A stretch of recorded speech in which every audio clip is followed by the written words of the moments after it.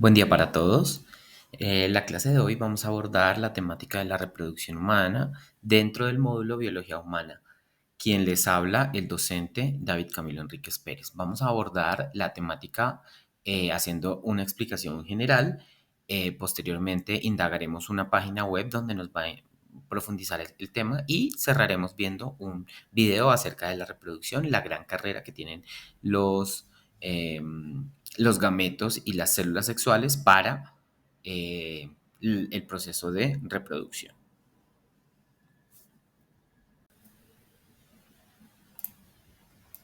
Vamos a iniciar con las generalidades del sistema reproductor humano. Entonces,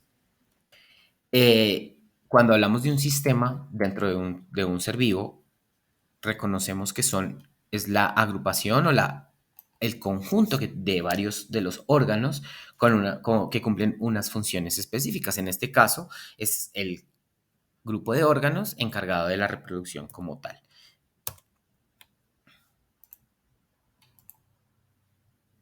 Es una función vital para generar vida, como lo hablábamos anteriormente en algunas de las sesiones anteriores. Esa es una de las características de los seres vivos, la generación de nuevos individuos, que va desde lo celular hasta la formación de nuevos individuos. Y a través de la reproducción se asegura que la especie tenga una descendencia. No solo humana, sino cualquier ser vivo tiene esa capacidad. Vamos a hablar entonces del sistema como tal de la estructura. Tiene como principal función la producción de células sexuales, tanto de óvulos como espermatozoides. Para que se produzca una reproducción debe intervenir los dos sexos, masculino y femenino. Entonces, tenemos que está dividido en tres etapas generales, que es la primera es la etapa de la fecundación, la segunda el embarazo o la gestación y la tercera el parto o nacimiento. Y asimismo, pues también y todos los sistemas y órganos que, que intervienen en este proceso. Entonces vamos a hablar un poco del sistema reproductor femenino.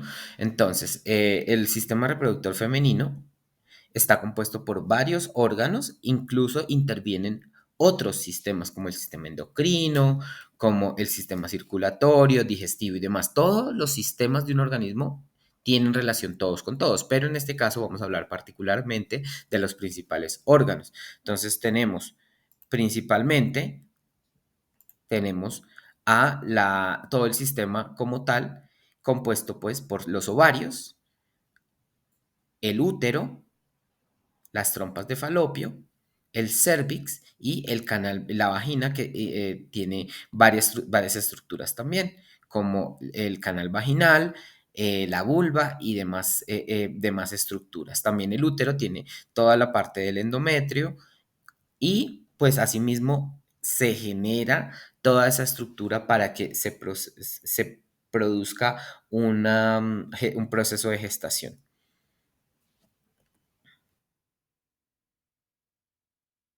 Entonces, vamos a hablar un poco de los ovarios. Entonces, a esto se le denominan las gónadas femeninas o las glándulas que se encargan de producir los gametos cada cierto tiempo. A eso le denominamos la forma cíclica. Desde la menarquia, desde el inicio hasta la menopausia, cuando ya no se genera esta producción, conectando el útero a través de los oviductos. En el útero es un órgano muscular de un músculo liso donde se genera la gestación o todo el desarrollo embrionario. Todos los meses se prepara para alojar un nuevo individuo y por ende se genera un ciclo. Los oviductos, entonces, todo lo que compone las trompas de falopio, desde los ovarios hasta el útero. Por eso se denominan ductos, porque son estructuras tubulares y son capaces de transportar el ovocito para alojarlo en el útero. En la vagina es el conducto muscular que actúa como canal del parto, ya que conecta al útero, como el exterior también actúa como el receptor de los espermatozoides a través del acto sexual. La vulva es la estructura formada por órganos genitales externos femeninos correspondientes al clítoris, los labios menores y los labios mayores. Entonces, vamos a hablar un poco de los gametos. Es la célula sexual femenina llamada óvulo, que es una célula como tal, formada, que tiene un núcleo, un citoplasma y una membrana plasmática, que tiene las capacidades de recibir la carga genética del espermatozoide para generar la fecundación.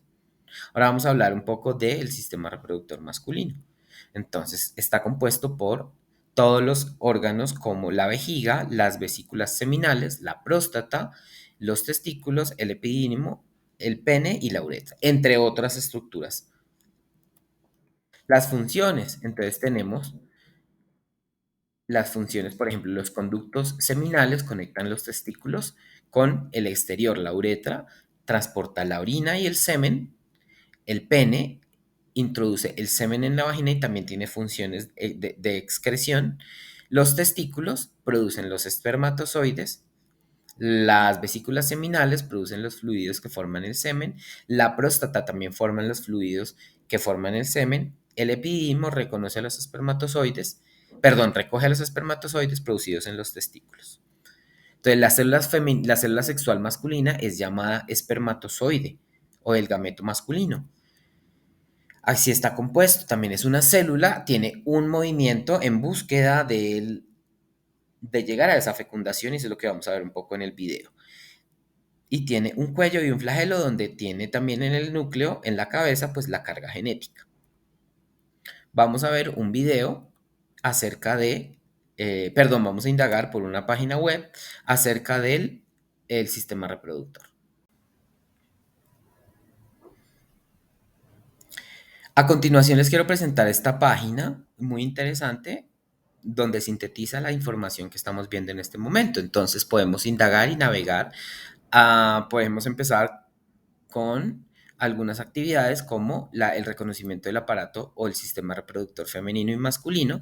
Acá nos da una indagación, para qué sirve, cuál es la función que se lleva allí a cabo y pues nos va a ampliar un poco con unas imágenes. Entonces podemos empezar acá para indagar, por ejemplo, cuál es cada una de las estructuras. Entonces acá, por ejemplo, podemos ver lo que les hablaba anteriormente, todas las estructuras reconocidas pues un poco más, dándole clic. Entonces acá podemos encontrar los puntos. Entonces encontramos la función de las trompas de falopio, encontramos la función del útero y del cuello uterino y la función principal que tiene el útero.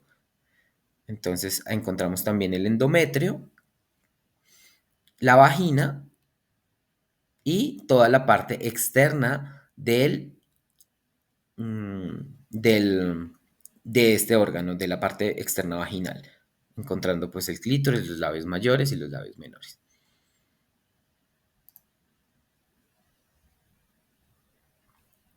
En esta página también podemos observar,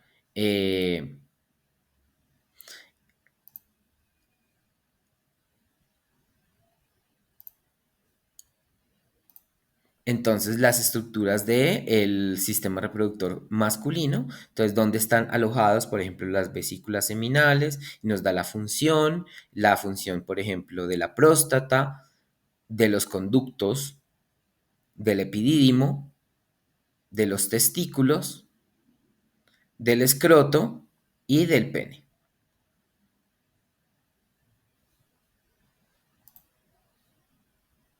También encontramos en esta página, el ciclo como tal femenino, desde todo lo que es el ciclo menstrual, todo lo que cómo intervienen las hormonas sexuales y pues nos va mostrando un poco acerca de este proceso desde la etapa 0 al día 14.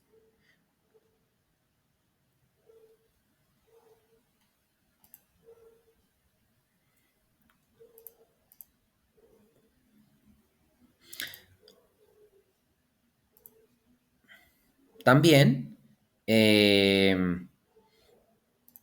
cómo está el proceso de la natalidad. Acá nos habla un poco de cómo en cada país encontramos cada uno de estos procesos.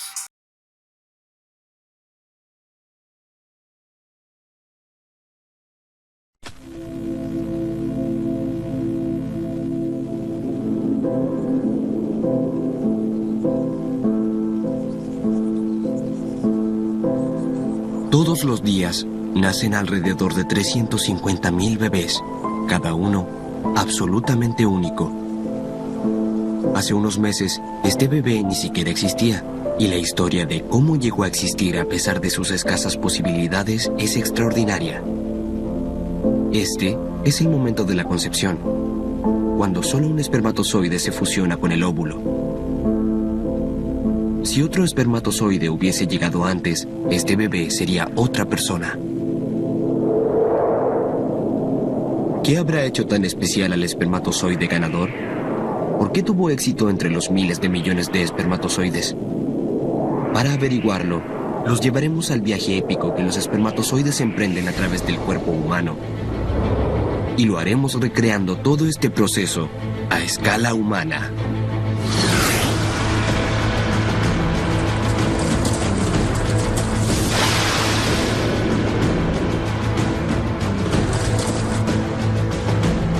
Por primera vez podremos apreciar el extraordinario viaje que enfrentan los espermatozoides para llegar al óvulo. Es una de las historias más espectaculares de la naturaleza y es la razón por la que usted existe. Los espermatozoides enfrentarán a la muerte en cada paso. No hay regreso. Nadie se rinde. Y solo habrá un ganador.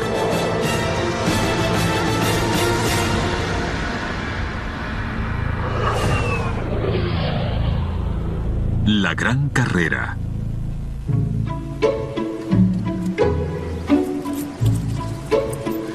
Él es Glenn.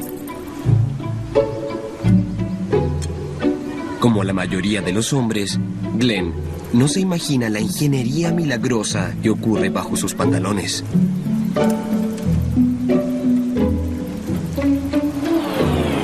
Los testículos de Glenn, que están suspendidos libremente para mantener su temperatura 3 grados más abajo que el resto de su cuerpo, producen 1000 espermatozoides con cada latido de su corazón. Y es este diminuto mundo de actividad frenética el que fascina al mundo de la ciencia reproductiva. Los espermatozoides son algo único porque son células que viven libremente y parecen ser autónomos. Tienen un solo objetivo, que es llevar una carga genética desde el hombre hasta la mujer. Por una compleja variedad de ambientes, tanto en el aparato reproductivo femenino como en el masculino. Los espermatozoides se mueven por todas partes. Les gustan ciertas cosas y otras no. En cierta forma son criaturas muy inteligentes y es divertido observarlos porque están en constante movimiento. El hecho de que todo ocurra a nivel microscópico significa que los científicos tenemos un gran obstáculo para observarlos. Un espermatozoide mide 2 milésimas de milímetro de largo, así que el Dr. Alan Pacey y su equipo de expertos nos ayudarán a recrear su mundo a una escala 34,000 veces mayor.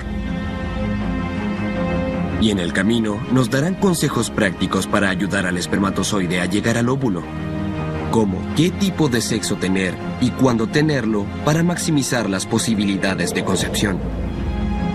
Lo primero que les preguntamos a los expertos fue muy simple.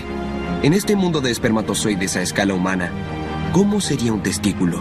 El testículo es una estructura con forma ovalada. Si la dividimos y vemos sus capas bajo el microscopio, encontraremos una serie de túbulos que son muy parecidos a los pisos de un edificio. Si aumentáramos el tamaño de los espermatozoides a una escala humana, el testículo sería como un edificio de 1000 metros al cubo. 1000 metros por 1000 metros por 1000 metros.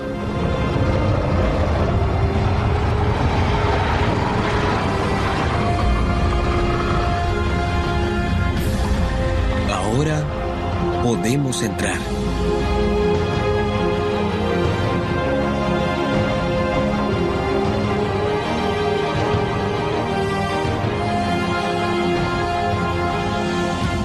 En nuestro testículo gigante, espera un ejército de espermatozoides recién producidos.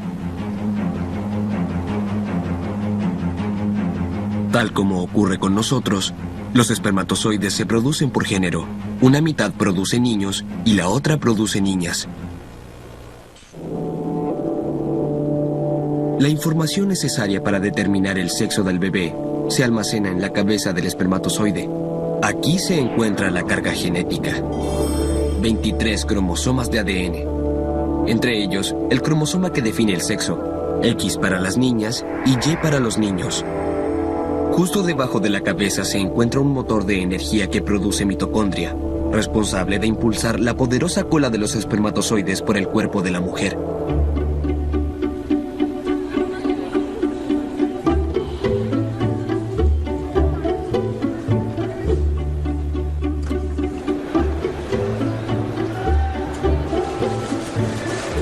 Participan millones de espermatozoides. Es como un enorme edificio con muchas oficinas, con muchísimos elevadores y una multitud en hora punta moviéndose en diferentes direcciones constantemente. X y Y se producen casi en igual cantidad. Se dice que los varones son más veloces, pero las niñas viven por más tiempo. Una vez creados, cada espermatozoide termina en la parte superior del testículo, en el epidídimo, un tubo de 6 metros de largo enrollado en forma de espiral que puede recibir a millones de espermatozoides.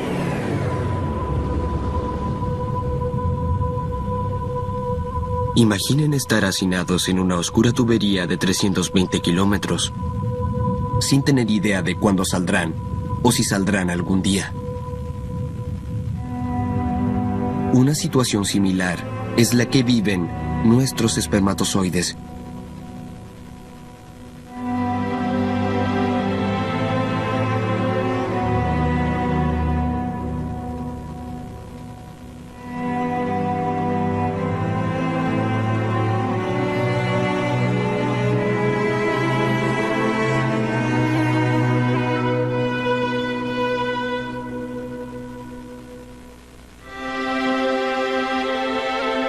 Su destino ahora dependerá de eventos que tengan lugar en el mundo exterior.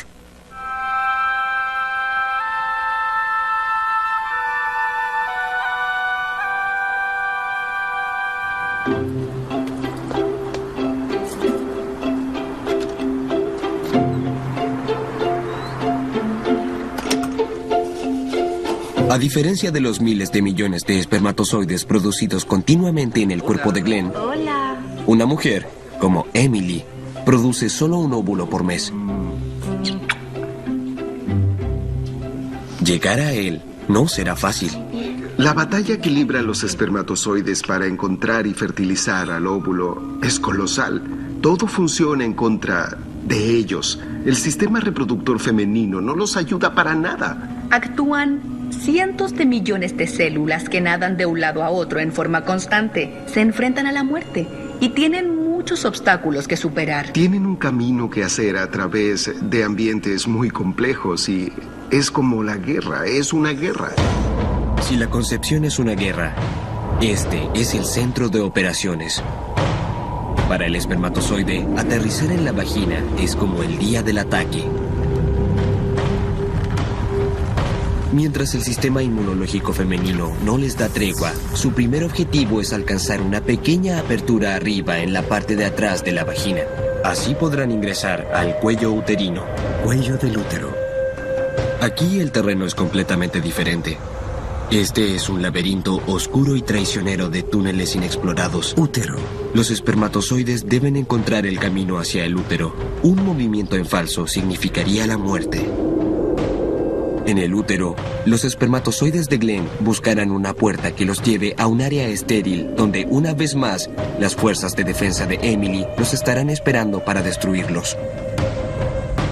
En la búsqueda del óvulo, el tiempo lo es todo. Llegar un segundo antes o un segundo después significa la muerte.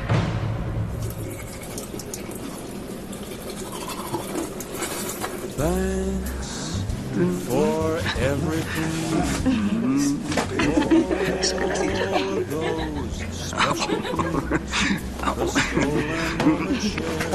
when we are prepared for anything. Walking in a park, that sudden summer storm, you grab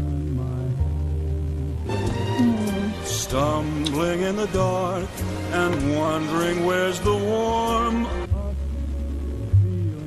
Los espermatozoides de Glenn están a segundos de participar en uno de los eventos más agradables que el cuerpo humano experimenta. Pero ¿cómo se sentirán ser expulsados por un conducto angosto equivalente a 24 kilómetros en menos de 2 segundos, les guste o no?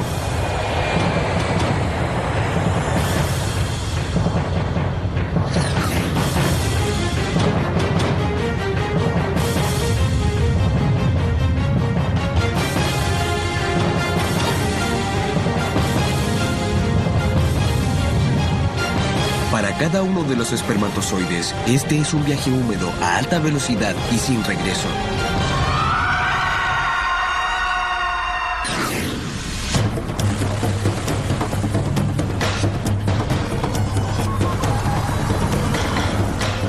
No están nadando, están siendo forzados a salir por contracciones musculares y movimientos peristálticos.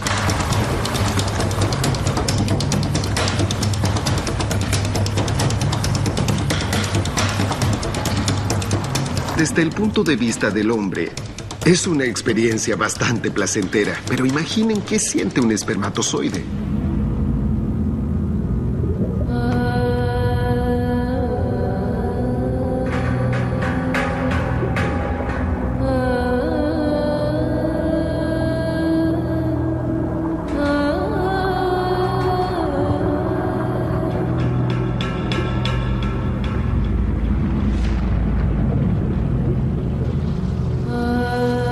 $250 millones de mensajeros genéticos entrarán al cuerpo de Emily, y en minutos, la mayoría de ellos estará muerto.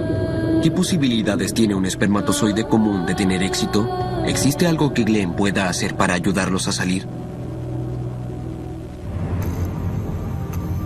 Para saberlo, necesitamos conocer nuestra semilla. Un ritual que hombres como el Dr. Alan Pacey han llevado a cabo desde que se inventó el microscopio. Tenía un poco más de 20 años y estaba investigando antes de tener el valor de producir una muestra de mi propio semen, y recuerdo que al mirarlo bajo el microscopio por primera vez quedé asombrado, casi me caigo de la silla. Recuerdo que tuve que pararme y caminar un rato antes de mirar por el microscopio otra vez. No podía creer que eso había salido de mí. Los científicos más modernos tienen una visión más clara, pero desearían no tenerla, ya que gracias a que hoy en día se puede observar la cantidad de espermatozoides de calidad que se producen en una eyaculación promedio, podemos deducir por qué los hombres necesitan tantos espermatozoides. En los millones de espermatozoides eyaculados hay un enorme rango de tipos diferentes. Si los miramos bajo el microscopio, vemos que algunos espermatozoides apenas se mueven. Se observan algunos que parecen estar muertos y seguramente lo están. Si miramos su forma, veremos algunos con cabezas grandes, otros con cabezas pequeñas o incluso con 2 cabezas. En un hombre fértil promedio, solo entre el 18 y el 20% como máximo tendrá un buen tamaño y forma. El restante 80% en realidad no llegará a ninguna parte. Para tener éxito en la carrera, los espermatozoides deben ser muy ágiles y numerosos. Los más viejos no pasarán los primeros obstáculos, y al descomponerse, liberarán sustancias que pueden dañar a los espermatozoides más jóvenes. Es algo inapropiado que la mujer le prohíba al hombre que eyacule durante las 3 semanas anteriores a sus días más fértiles, pensando erróneamente que el hombre tendrá enormes cantidades de superespermatozoides. Hacer eso es un gran error. Entonces, ¿será lo correcto eyacular tan seguido? Aparentemente no. Si un hombre eyacula muy frecuentemente, los espermatozoides producidos y los espermatozoides almacenados no serán suficientes. Entonces, ¿cada cuánto tiempo una pareja debe tener sexo? Si una pareja tiene relaciones cada 2 o 3 días, todo el mes, ellos acertarán a la etapa más fértil en algún punto, y así su probabilidad de concepción podría ser la más óptima. Ahora, quieran o no, los espermatozoides de Glenn emprenden el viaje de la concepción en la vagina. Su objetivo: encontrar la entrada al cuello del útero. Deben subir hasta lo más alto de la vagina.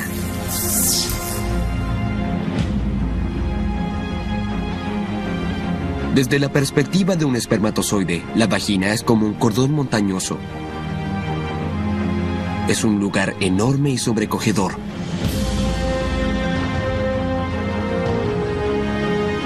Equivalente a 8 kilómetros de profundidad, 3 kilómetros de ancho y atravesada por muros vaginales de hasta 1,5 kilómetros.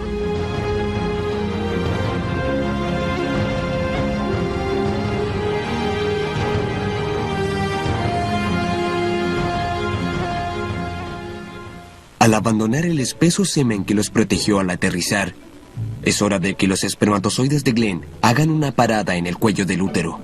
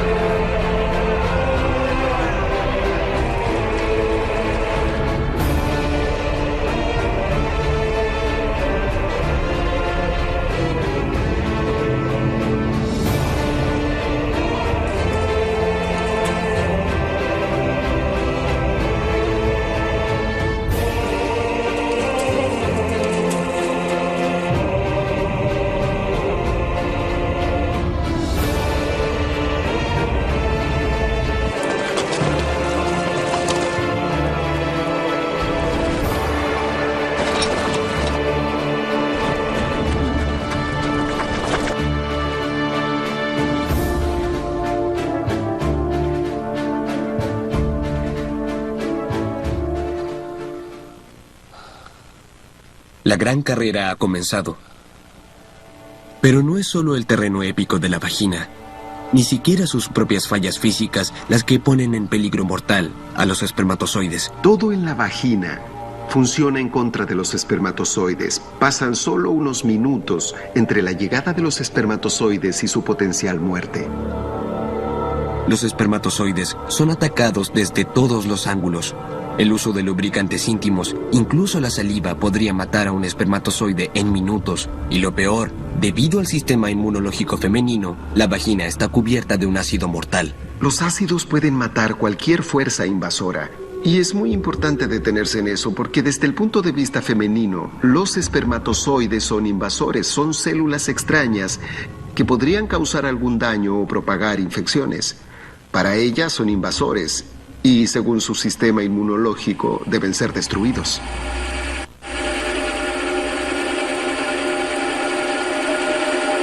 Después de 30 minutos dentro de la vagina, el 99% de los espermatozoides estará muerto o agonizando. Para nuestros espermatozoides humanos sería una escena de devastación.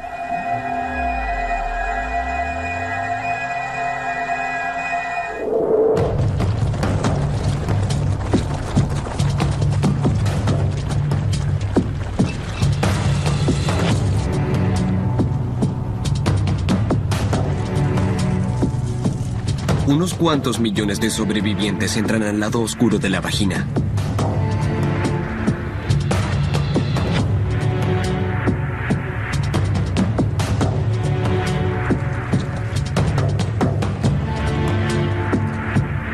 Desesperados, intentan huir de la muerte, llegando al cuello del útero que está sobre ellos.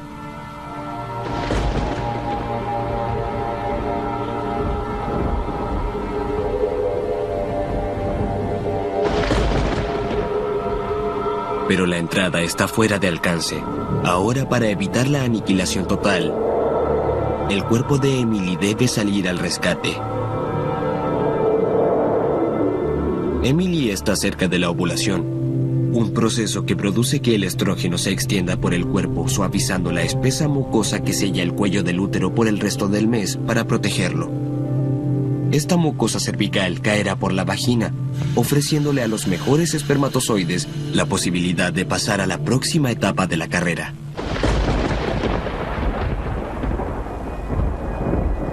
De vuelta a los espermatozoides humanos, ¿cómo sería para ellos esta salvación?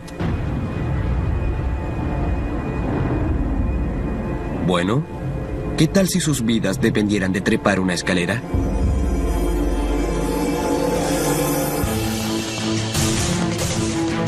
Una escalera que se extiende el equivalente a 1,5 kilómetros hacia el cielo.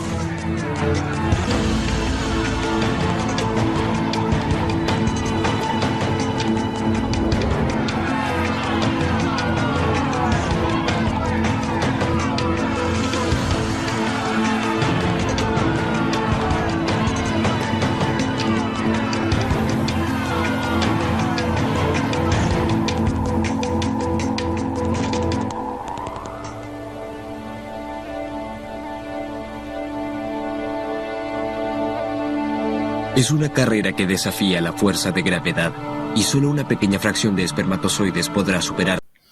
Para finalizar y complementar un poco, he encontrado un documental muy interesante en la página de la DW y nos habla de ser padres, un lucrativo negocio de la fertilidad. Entonces, cómo el avance de la ciencia ha traído pues bastantes avances en el tema de la fertilidad, la fecundación y pues de la necesidad de creación y procreación de la vida en los seres humanos. Interesante que lo puedan desarrollar.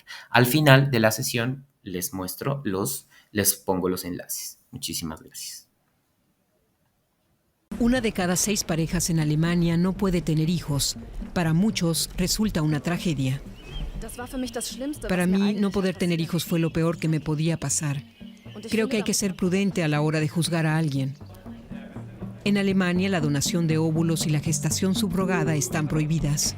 Para muchas parejas, la única salida es irse a otro país. Es un gran tabú. En Alemania es algo que se ha criminalizado.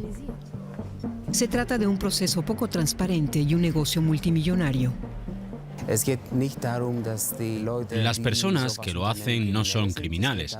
A través de este proceso se las ayuda a cumplir su deseo de tener hijos. Las víctimas suelen ser las mujeres que donan óvulos o hacen de madres de alquiler por necesidad. Para mí, personalmente para mí, 900 euros es, no sé, o sea, es casi el doble de lo que yo gano al mes. ¿Cuáles son las consecuencias del negocio multimillonario de la donación de óvulos y la gestación subrogada?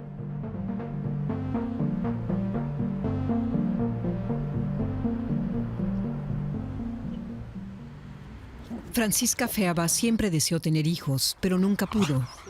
Como tantas otras mujeres, probó todas las opciones permitidas en Alemania en materia de medicina reproductiva. El tratamiento hormonal le hacía padecer desmayos, por lo que sufrió caídas graves, pero aún así siguió adelante. Me horrorizaba tanto la idea de no tener hijos jamás, que después de cada mala noticia me recuperaba, reactivaba la esperanza y lo volvía a intentar.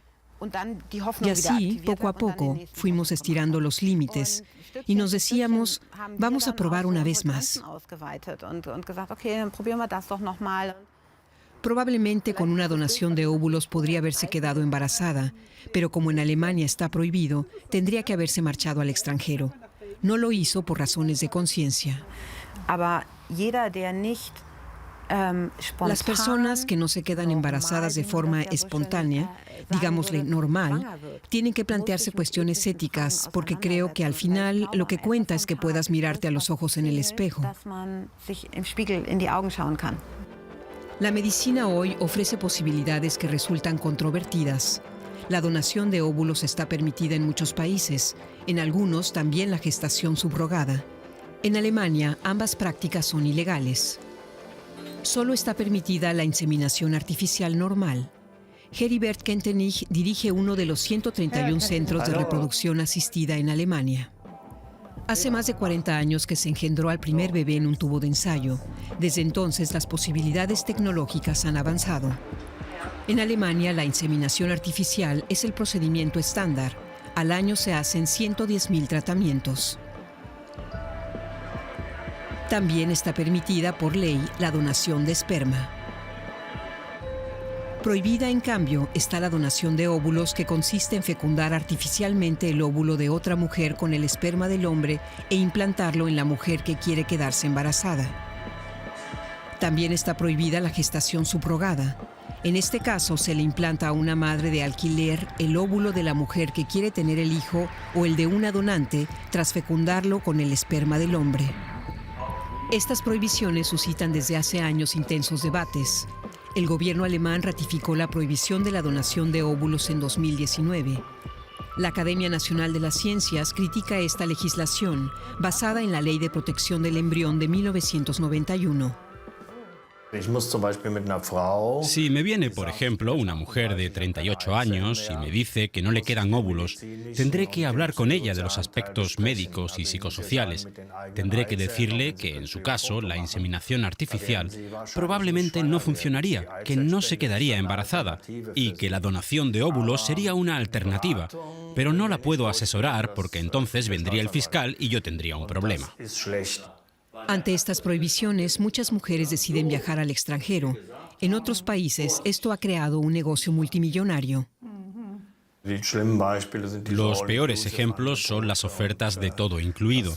Lo venden como si fueran unas vacaciones. Te vas de viaje y de paso te quedas embarazada. ¿O no? Se mezclan intereses comerciales.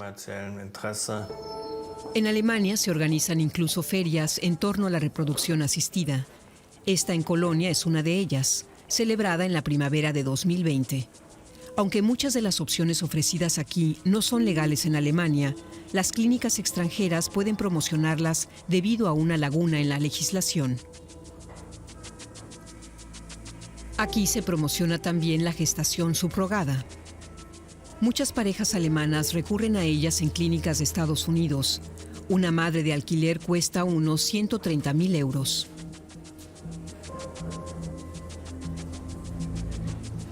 Ucrania es una opción mucho más barata. Allí las clínicas ofrecen paquetes a partir de 64.000 euros, algunos incluso con garantía de éxito. En mayo de 2020, esta clínica ucraniana se convirtió en noticia.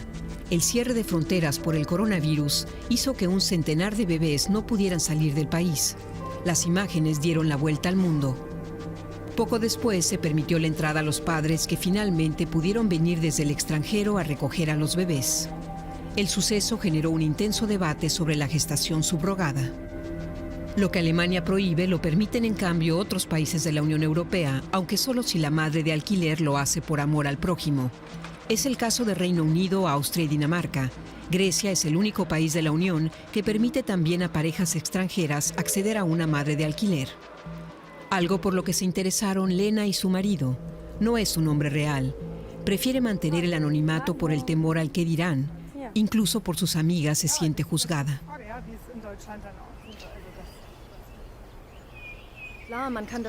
Por supuesto que siempre se puede cuestionar si es moral abusar, como dirían algunos, de la situación de una mujer. Pero para mí no poder tener hijos fue lo peor que me podía pasar. Creo que hay que ser prudente a la hora de juzgar a alguien. Una decisión difícil teniendo en cuenta los considerables costos financieros y las dudas éticas.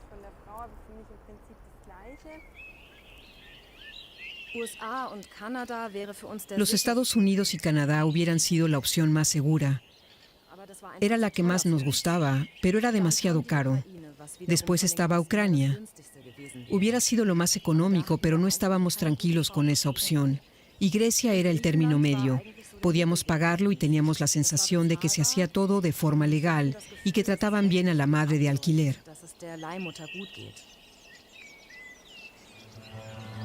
Sin embargo, cuando ya habían empezado el proceso, inesperadamente Lena se quedó embarazada. Regresamos a la feria de reproducción asistida para hablar con el médico de una clínica griega que ha ayudado a varias parejas alemanas a tener un hijo con la ayuda de una madre de alquiler. ¿Por qué hay mujeres que hacen esto por personas a quienes no conocen?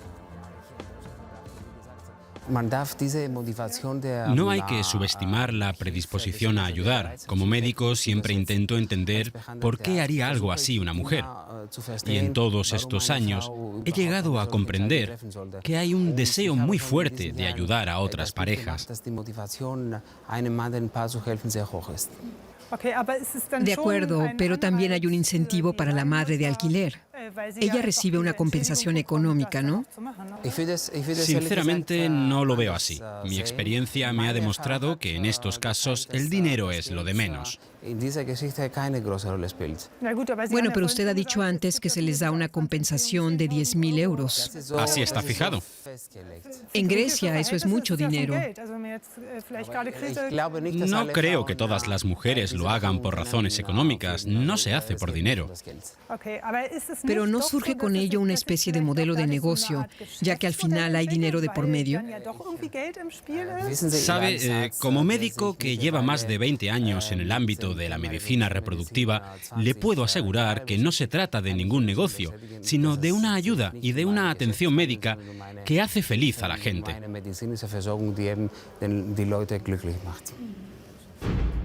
¿Pero realmente se hace por la felicidad de las personas o por dinero? Viajamos a Grecia. Allí se producen cada año unas 200 gestaciones subrogadas. El país lo permite siempre que se haga de forma altruista. Durante la crisis financiera, Grecia se dio cuenta del impacto del turismo sanitario en la economía y llegó a fundar un consejo del turismo médico. En 2013, el país abrió la gestación subrogada a extranjeros. Desde entonces vienen aquí parejas de todo el mundo. Sin embargo, nadie ha evaluado hasta ahora la situación de las madres de alquiler que gestan hijos para parejas de otros países. Ni siquiera las expertas pueden darnos algún contacto. Al final, logramos encontrar a una joven que quiere ser madre de alquiler. Está dispuesta a hablar, pero prefiere que no la grabemos. Una clínica le ofreció ser madre de alquiler cuando el menor de sus hijos crezca un poco. Es madre soltera con 3 niños e insiste en que solo quiere ayudar. Los riesgos para su salud ni los menciona. Dios nos está viendo, y si haces una buena acción, puede que otro día te recompense por ello. La joven está sin trabajo. Vive con sus 3 hijos de un subsidio del Estado, 280 euros al mes. Oficialmente, las madres de alquiler pueden recibir hasta 10.000 euros de compensación, pero las sumas pueden ser mayores. Ella ha oído hablar de 30.000 euros. Una suma así sería un buen comienzo. 30.000 euros. 30.000 euros es mucho dinero. ¿Ese es el factor decisivo? Junto a Søren, un compañero periodista, vuelo a Creta. Nos hacemos pasar por una pareja que quiere tener un hijo propio. Grecia tiene una ventaja para estas parejas. El hijo se les adjudica en los tribunales antes del inicio del embarazo. Preguntamos en una clínica de reproducción asistida. A diferencia de cuando investigaba como periodista, nos dan cita enseguida, pero no podemos grabar. 1 hora después comentamos nuestras impresiones. Un médico y un asistente nos explicaron que tendríamos que pagar entre 78 y 85.000 euros. Entre 20 y 25.000 euros serían para la madre de alquiler. Nos dicen que no debemos establecer vínculos emocionales con ella, pues para la madre de alquiler lo principal es el dinero.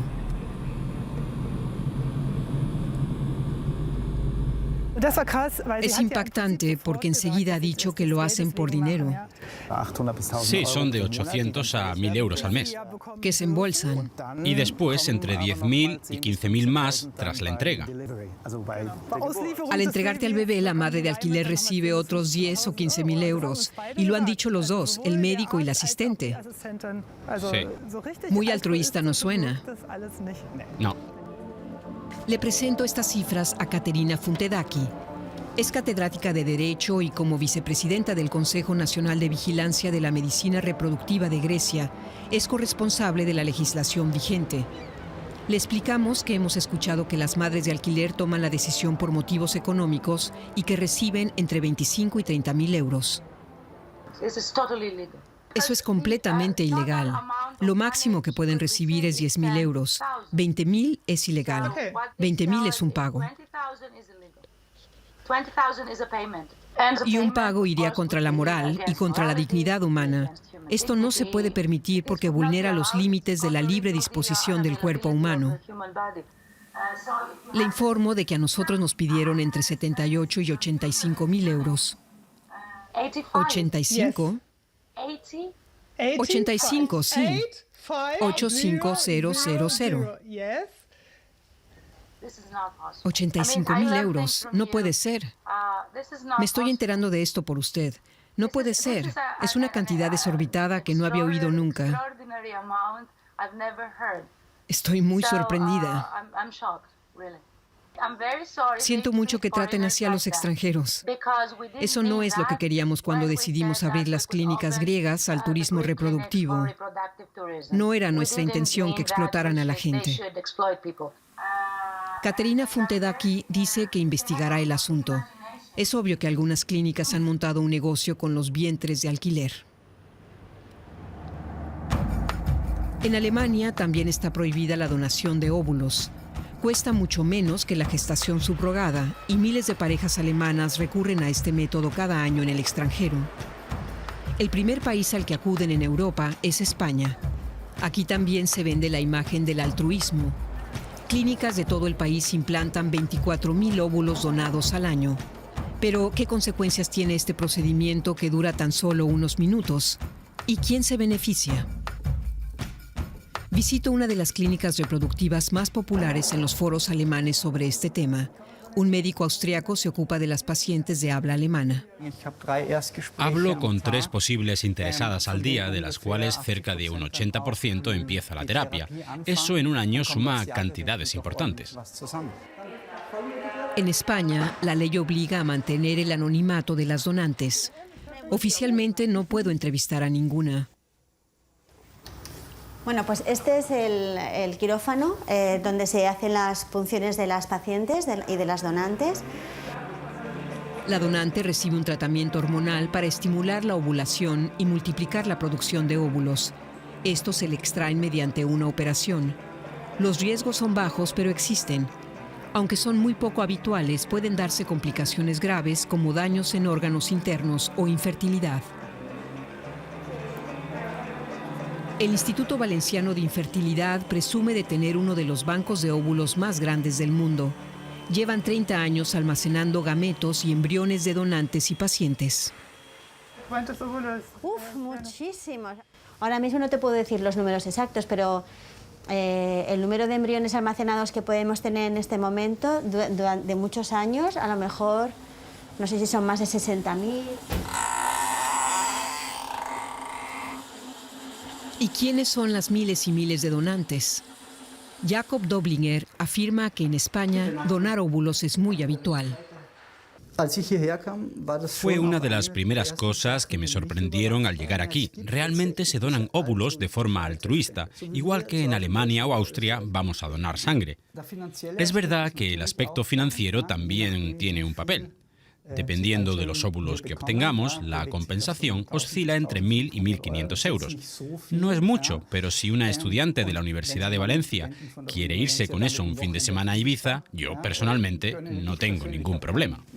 1.000 euros para muchas es una cantidad importante. Es muy infrecuente que una chica quiera el dinero para gastárselo en unas vacaciones. De media, una española menor de 26 años dispone de mucho menos al mes. Casi 1 de cada 2 jóvenes no encuentra trabajo. ¿No se están aprovechando aquí de la necesidad? Dado que las donantes prefieren guardar el anonimato, no me dan ningún contacto. Y en España, las mujeres no suelen hablar de este tema. Finalmente logro encontrar a una chica que por primera vez hablará públicamente ante nuestra cámara de su experiencia como donante. Elia tiene 30 años. Hace 5 estaba estudiando y el dinero no le alcanzaba. Como tantas otras jóvenes, no lograba encontrar un trabajo en condiciones. Por cada donación le daban 900 euros. Donó 6 veces. Yo en ese momento me había quedado sin trabajo, tenía un trabajo de muy pocas horas, o sea, igual los ingresos que yo tenía fijos, como mucho, eran 200 euros. Tenía que pagar alquiler, tenía que pagar comida. La primera vez que fui a donar, recuerdo que me pagaron y directamente, cuando volví a mi casa, me fui al casero, al dueño de la casa, y le pagué los 3 meses de alquiler seguidos. Sí, sí. Elia sabía lo que tenía que decir para que la aceptaran como donante. Y luego se me queda mirando y me dice, bueno, ¿y tu motivación para hacer esto? Y fue de, no, mi motivación es altruista, para ayudar a la gente. Vale, pues muy bien, ya está. Y yo, o sea, sinceramente, pensé, o yo soy muy buena actriz, o soy una sociópata, o no sé qué soy, o este es muy mal psicólogo. O sea, porque... O sea, solamente tienes que verme. O sea, todas las personas que van allí le mienten en su cara y este señor lo acepta. El número de donantes en España aumenta desde hace años. Una de las pocas voces críticas es Consuelo Álvarez Plaza, doctora en antropología social. Lleva años investigando las donaciones de óvulos en España y en el mundo, y en su opinión, este aumento se debe a los incentivos financieros, algo que las clínicas tratan de esconder. Las clínicas dirigen su publicidad a unas personas, a unas mujeres que necesitan una ayuda económica, que necesitan un dinero, por un lado, y por otro lado, la publicidad del altruismo y de la ayuda, y además también el hecho de que las clínicas les hagan una revisión ginecológica ayuda también a que bueno, pues digamos la donación no sea exclusivamente por motivos económicos, sino nadie se somete a un tratamiento hormonal porque sí, porque evidentemente corres un riesgo. Por un lado, mujeres con problemas económicos. Por otro, parejas desesperadas por tener hijos. ¿Cómo viven los clientes las visitas a las clínicas? Nos hacemos pasar de nuevo por una pareja que quiere tener hijos. Nos dan cita muy rápido en 2 clínicas. Tampoco aquí podemos grabar. En ambas nos aseguraron que con este método lograríamos tener hijos y restaron importancia a los riesgos para la donante y para mí, la supuesta futura madre. Además, se nos recomendó hacernos una prueba genética para detectar posibles enfermedades hereditarias. Una clínica intentó convencernos con precios especialmente baratos. Y nos dice, cuesta tanto, y entonces tacha el número, pero lo vamos a hacer más barato. Una oferta especial. Un precio especial. Para ustedes solo 7.500. Solo 7.500. Y si se deciden ahora, este mes la prueba genética es gratis. ¿Qué dicen los médicos alemanes de los precios en España? Ulrich Hieland está en 2 grupos de trabajo del Colegio de Médicos de Alemania sobre medicina reproductiva. Considera que los precios no son altos, pero que las ofertas o los tratamientos adicionales y necesarios, como la prueba genética, dan la impresión de que es solo un negocio. La medicina no es un producto que se pueda vender como cualquier otro. Que los médicos vivamos de esto no es nada fuera de lo común. Pero para mí lo primero es siempre la paciente y no mi bolsillo. Y esa no es la impresión que tengo cuando usted me cuenta lo que le han dicho. A eso se añade que se minimizaron los riesgos tanto para mí como para la donante. Hay que informar de los riesgos, obviamente. El riesgo es bajo, pero existe. Y eso hay que tenerlo claro. Y además, la donante no está produciendo esos óvulos para cumplir su propio deseo de tener hijos, sino que lo hace para terceros. Y ahí existe también una cierta obligación moral de pensar qué pasa con la mujer que ha donado los óvulos.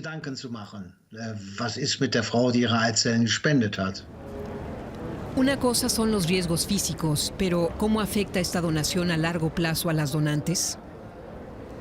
¿Nisa? Sí, hola, Julia. Por primera vez, Nilsa quiere hablar de ello.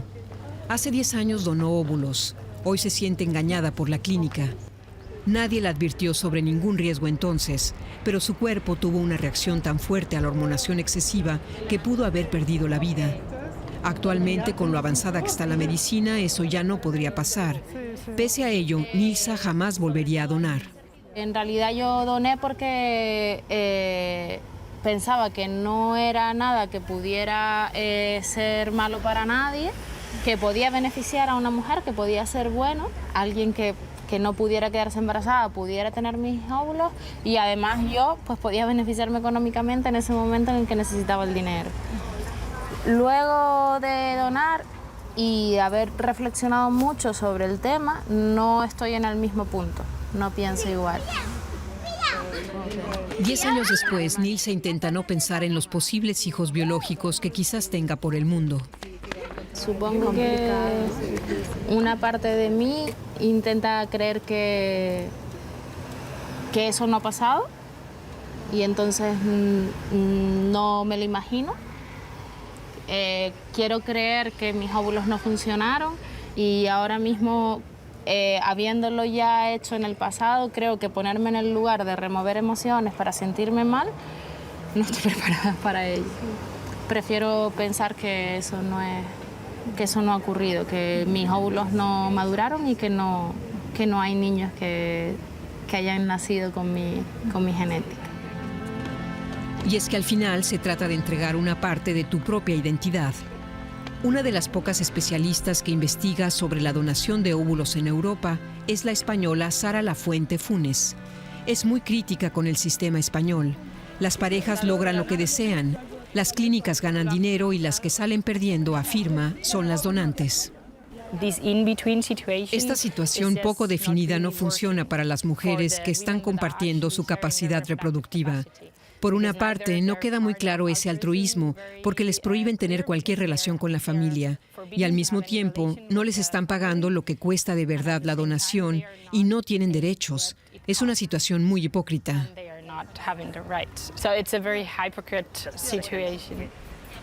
Por eso la sociedad debería decidirse, o se hace de forma altruista o se paga de forma justa.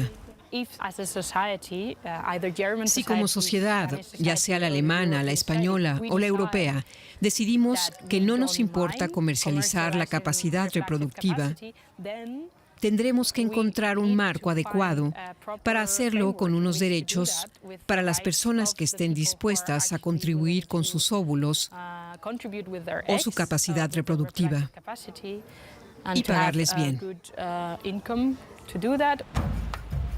La socióloga aboga por una decisión clara: amor al prójimo o dinero. La realidad suele ser diferente tanto en la donación de óvulos como en la gestación subrogada. Alemania lleva años discutiendo qué hacer. La Leopoldina, la Academia Nacional de las Ciencias de Alemania, de la que es miembro Heribert Kentenich, quiere legalizar la donación de óvulos. Tras más de 30 años de experiencia con la donación de óvulos, las prohibiciones no se sostienen ni jurídica ni éticamente, ni desde el punto de vista médico. Lamento que no se pueda hacer en Alemania en un marco definido, porque se podría regular adecuadamente, asesorando a las parejas y a las donantes y pagando solo una cantidad determinada a las donantes.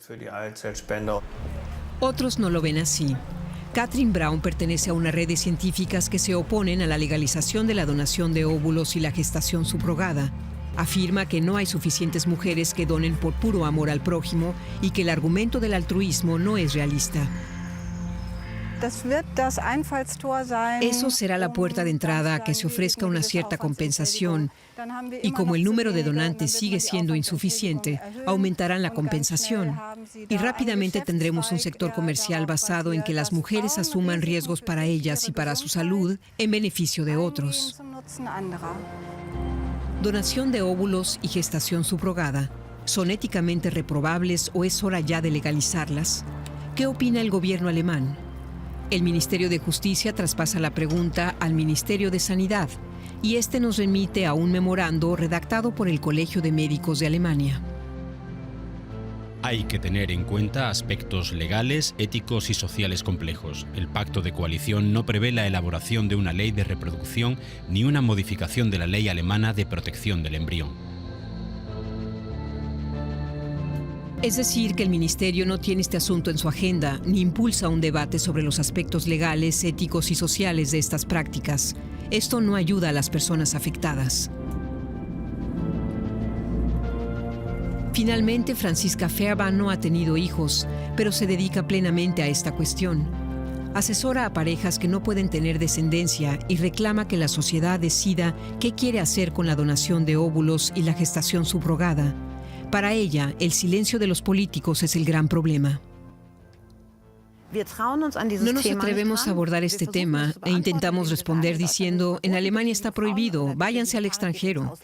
Y abandonamos a miles de personas a su suerte, sin un marco jurídico sólido, sin acompañamiento, sin asesoramiento, porque está prohibido. Y luego nos sorprendemos de que surjan estos negocios. En lo que respecta a la gestación subrogada y a la donación de óvulos, los especialistas en la Unión Europea hablan de altruismo, pero lo cierto es que las madres de alquiler y las donantes suelen necesitar el dinero. Las consecuencias para ellas se ocultan. Y en Alemania, las personas que quieren tener hijos se hallan solas ante un dilema. Necesitan de una vez por todas claridad y unas leyes que sean justas para todos.